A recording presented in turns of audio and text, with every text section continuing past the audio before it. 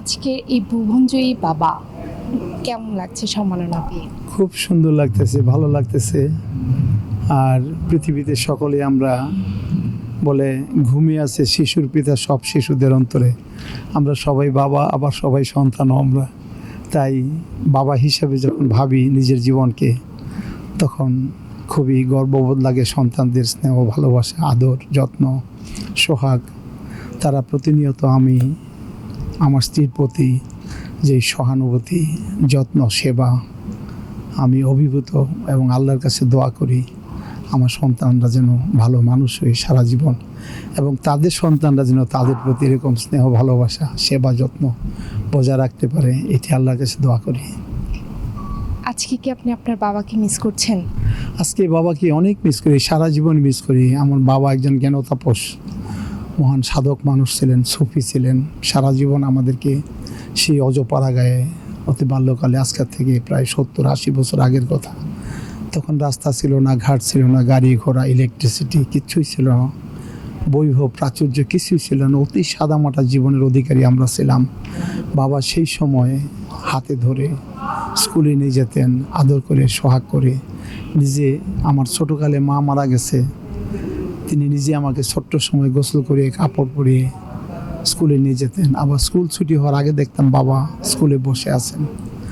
এবং এই যে দীর্ঘ চলার পথ, বাবা ছোট্ট সময় থেকে এত সুন্দর সুন্দর কথা আমাদের জীবনের গভীরে ইনজেক্ট করেছেন। বাবা সবসময় বলতেন, বাবা ভালো মানুষের জুতা সাফ করে দিও, এতে ইজ্জত আছে।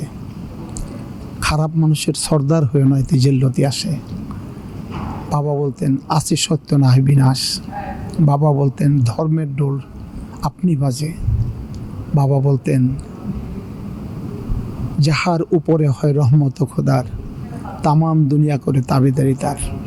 বাবার এই সকল উপদেশ বাণী, সেই ছোট্টবেলার অমীয় বাণী, স্বভাব, চরিত্র, জীবন জগৎ, মূল্যবোধ, মোরালিটি, এথিক্স, সমস্ত জীবনের পথ নিয়ে সে আলোর পথ দেখিয়েছেন।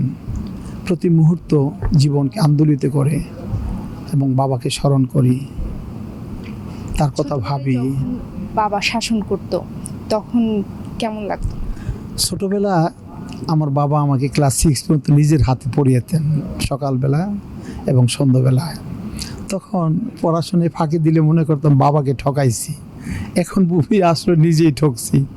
তো বাবার সাথে অজুহাত কি, একটু পরে বলতাম, বাবা পানি পিপাসা লাগছে, পানি খেতে যাব। একটু পরে আবার বলতেছি, আমার বাবা বলে, তোমার গলার মধ্যে একটা পানির কলস বাইন্ধা নেও, হবে না।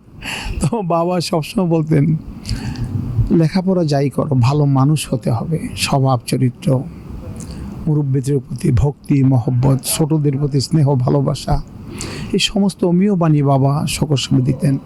আর বিশেষ করে আমি আমার বাবার সাথে, আমি একই ছেলে ছিলাম তখন আমার বাবার সাথে আমার অনেকটা বাবা ছেলের থেকে বেশি ছিল, আমরা বন্ধুর মতো আচরণ ছিল। আমরা সব কিছু বাবা ছেলে গল্প করতাম, কথা বলতাম, জীবন জগৎ, আচার অনুষ্ঠান, সমস্ত কিছু। এমনকি আমার বিয়ে শাদীর ব্যাপারও আমরা বাপ বেটা একদিন 6 ঘন্টা ডিবেট করছি। আমার বাবা বলছিলেন একজন ধনী লোকের মেয়ে বিয়ে করতে, আর আমি বলছি আমার পছন্দের মানুষকে বিয়ে করতে। শেষ পর্যন্ত সন্ধ্যার সময় বাবা বললেন, ঠিক আছে, তুমি আমার একমাত্র ছেলে, তোমার খুশি আমার খুশি, আমি তোমার সেই পাত্রীকে, যাকে তুমি মায়া করো, ভালোবাসো, তাকে আমি ঘরের বউ হিসাবে নিয়ে আসবো। তা আমার বাবা একজন অসীম ভালো মানুষ ছিলেন, সদালাপী, নির্ভীক, জ্ঞানী, গুণী, তাপস, ধার্মিক, এবং সর্বোপরি একজন সুফি সাধক ছিলেন।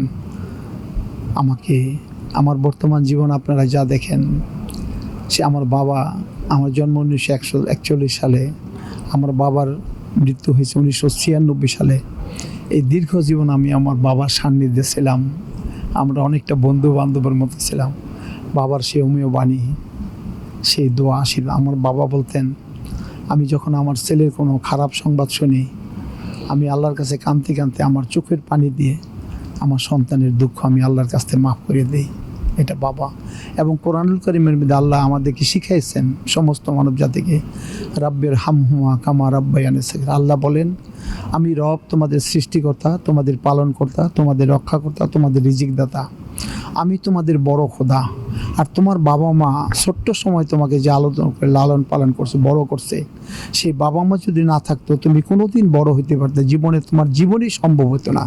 সেই বাবা মাকে আল্লাহ বলছেন এটা ছোট খোদা, তুমি প্রতি ওয়াক্ত নামাজের পরে সব সময় তুমি দোয়া করবা, রব্বের হামহুমা কামা রব্বায়ানি সাগীরা। আল্লাহ, আপনি আমার বাবা মাকে যে ছোট সময় আমাকে সেবা যত্ন স্নেহ ভালোবাসা দিয়ে বড় করছে, তাদের প্রতি তুমি দয়া করো, তুমি রহম করো, তাদেরকে মাফ করো, তাদেরকে বেহেশতের আলা মোকাম দান করো।